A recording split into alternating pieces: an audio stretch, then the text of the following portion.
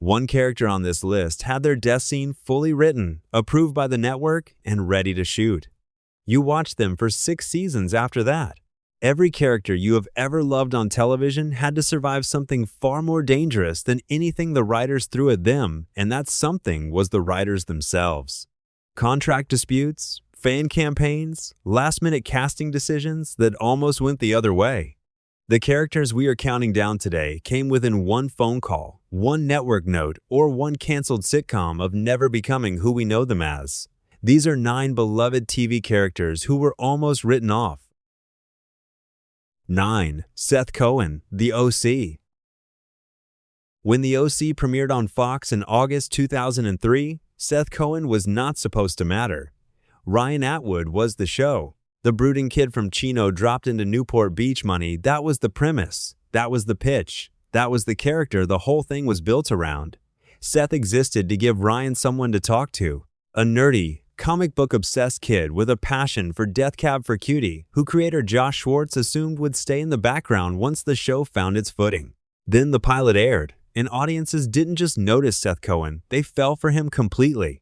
Adam Brody's performance turned a supporting character into the show's comic and emotional anchor almost overnight.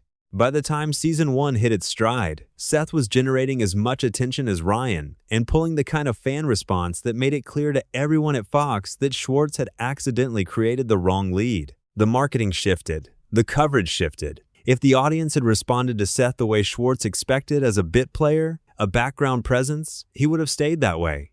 Instead, he became the character that defined the era, and that happened entirely by accident. Number 8. Niles Crane, Frasier.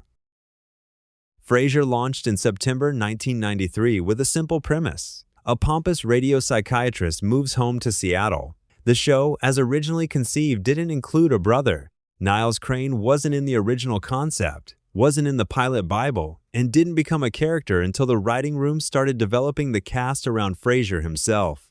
He was added late in development, nearly cut when producers questioned whether the show needed another Crane in the mix, and then handed to David Hyde Pierce, who had never met Kelsey Grammer before the day they shot the pilot. What happened after that is television history. Niles' unrequited love for Daphne Moon became the emotional spine of the entire series, the slow burn storyline that carried the show across 11 seasons. The character the writers almost didn't include won David Hyde Pierce 4 Emmy Awards. He became the reason a lot of people kept watching. They almost cut him before a single frame was shot. Number 7. Lorelai Gilmore, Gilmore Girls. Gilmore Girls premiered on the WB in October 2000, and the actress who made Lorelai Gilmore iconic was one NBC renewal decision away from being replaced before the show ever aired. Lauren Graham had already been cast as Lorelai, but she was cast in second position. She was still under contract with an NBC sitcom called MYOB, which meant that if NBC decided to keep the show going, Graham was legally required to stay.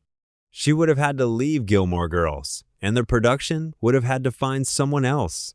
What makes this story even better is that creator Amy Sherman Palladino almost didn't meet with Graham in the first place. The casting directors kept pushing her photo across the desk, and Sherman Palladino kept refusing to look at it because she already knew about the NBC conflict, and she didn't want to fall in love with someone she couldn't have. She finally gave in. Graham walked in, they read together, and Sherman Palladino said they both walked out of that room knowing the search was over. MYOB aired 4 of its 8 produced episodes before NBC pulled the plug. That cancellation is the only reason Lauren Graham stayed. Madge Amick, who you know from Twin Peaks, was the backup, and she was turned down for looking too young to be a mother. She ended up playing Christopher's girlfriend Sherry instead.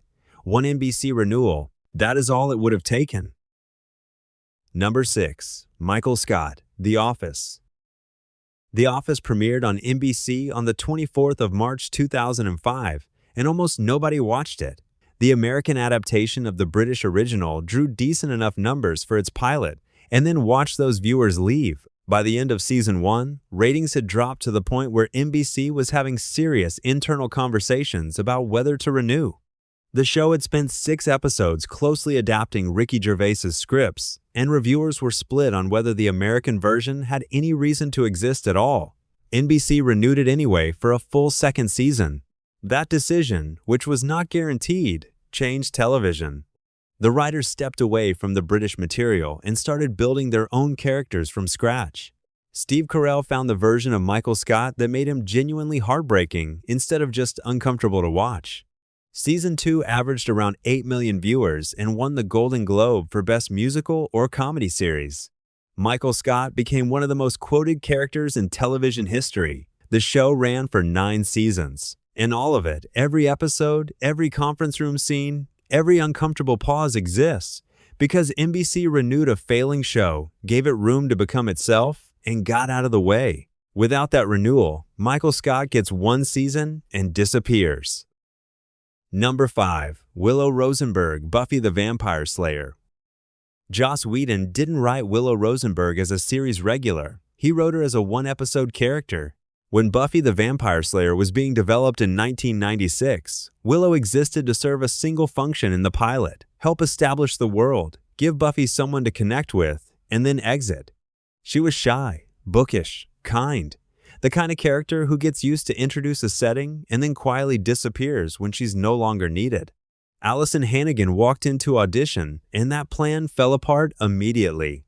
Whedon made her a series regular on the spot. What followed over the next 7 seasons is one of the more extraordinary character evolutions in television history. Willow went from a wallflower who couldn't talk to boys to the most powerful witch in the Buffyverse. Her arc through Season 6 became some of the most discussed storytelling of the early 2000s, and she ended up as one of the 2 characters alongside Buffy herself who the entire series finale was built around. The 1-episode character became the show's emotional foundation, and it happened because one audition went better than anyone expected. Number 4. Dana Scully, The X-Files. Here is something the early X-Files marketing never told you. The Skeptic was originally written as a man. When Chris Carter was developing The X-Files for Fox in 1993, the rational FBI agent assigned to balance Fox Mulder's Believer was conceived as a male character. Carter changed it before casting began, a decision that, on its own, already altered the show significantly. But the near miss for Scully didn't stop there. By the mid to late 90s, The X-Files had become one of the biggest shows on television, and it had become clear that Gillian Anderson was being paid substantially less than David Duchovny for the same show. Reports indicated Anderson was offered roughly half of what Duchovny received per episode. She pushed back, hard. The negotiations were not quiet, and they were not fast. Anderson fought for pay equity on a show where her character was just as central as her co-leads, and she won. Scully wasn't just Mulder's partner. She was the reason the show's mythology felt grounded in something real. Anderson spent 9 seasons building that character, and she did it while simultaneously fighting for what the role was worth. The Skeptic was almost a man. The woman who played her almost walked. Either outcome changes everything. Number 3. Chloe O'Brien. 24. Chloe O'Brien was never supposed to matter. Mary Lynn Rajskub joined 24 in 2003 at the start of Season 3, playing a socially awkward CTU analyst that co-creator Joel Surnow had written specifically for her. After watching her in Punch Drunk Love alongside Adam Sandler, the character was designed to be brief. Rajskub herself expected 4 episodes, maybe 5, before the show moved on. What changed everything was Surnow watching the dailies. He pulled Rajskub aside and told her not to change a thing, that they liked her exactly the way she was. That single conversation turned a throwaway guest appearance into something permanent.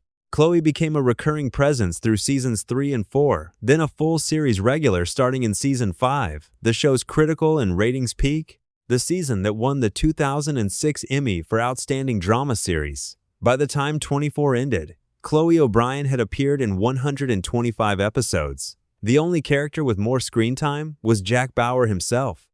And Chloe delivered the final line of the entire series. 4 episodes turned into 8 seasons. The character designed to be disposable was the last voice the audience ever heard. Number 2. Spike. Buffy the Vampire Slayer. Spike was supposed to die in Season 2 of Buffy the Vampire Slayer. Not a quiet death. An intentional, planned exit during the 2-part What's My Line episodes midway through the season. He was written as a disposable villain. Dangerous, stylish, with sharper dialogue than most of the big bads who came after him, but still a character designed to serve a purpose and get written out when that purpose was done. Joss Whedon had a specific vision. Vampires were supposed to be ugly and evil, monsters, not anti-heroes. Spike threatened that vision from the moment he walked on screen. The fans wouldn't let him die. The response to James Marsters' performance came in so fast and so decisively that the writers reversed course before the episodes even finished airing. Spike survived What's My Line, returned for a standout appearance in Season 3's Lover's Walk, and was promoted to series regular for Season 4. A full romantic arc with Buffy followed in Season 5. He died in the series finale and immediately showed up as a series regular on Angel's 5th season. Marsters has talked openly about the friction this created with Whedon, who found Spike's popularity genuinely frustrating. The character was running directly against what the show was supposed to be about. Whedon wanted him gone. The audience said no. That tension between a creator who wanted a character dead and a fan base that refused to accept it produced one of the strongest character arcs of the 90s and early 2000s. Spike became a leading man because the audience made him one, and the show had the good sense to follow where they were pointing. Number 1. Jack Shephard. Lost.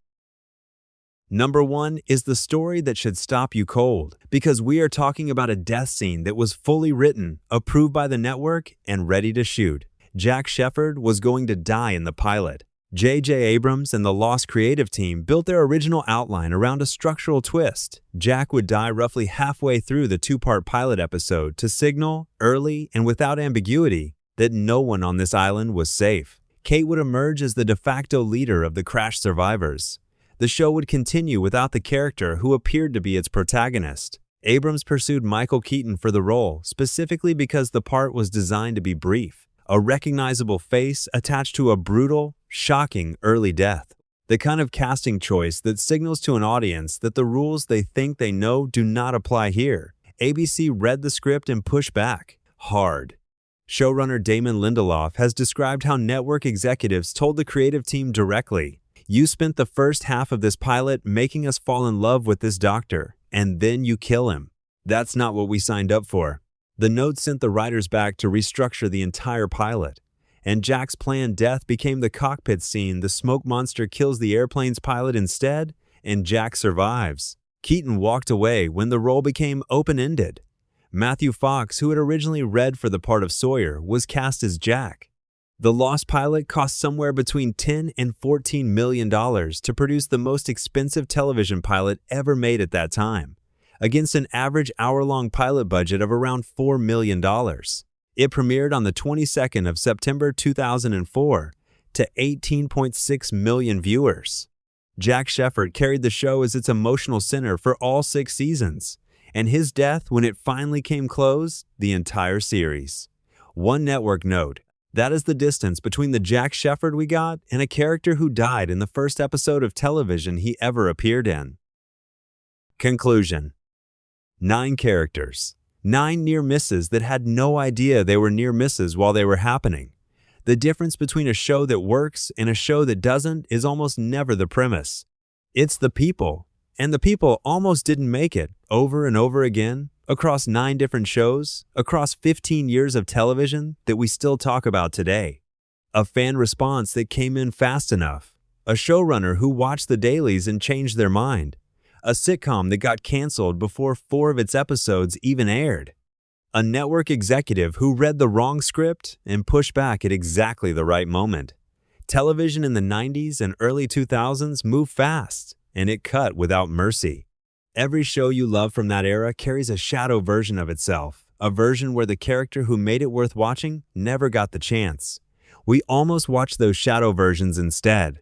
If you think we missed one, and there are plenty we didn't get, to drop it in the comments. And if you haven't subscribed yet, now's a good time.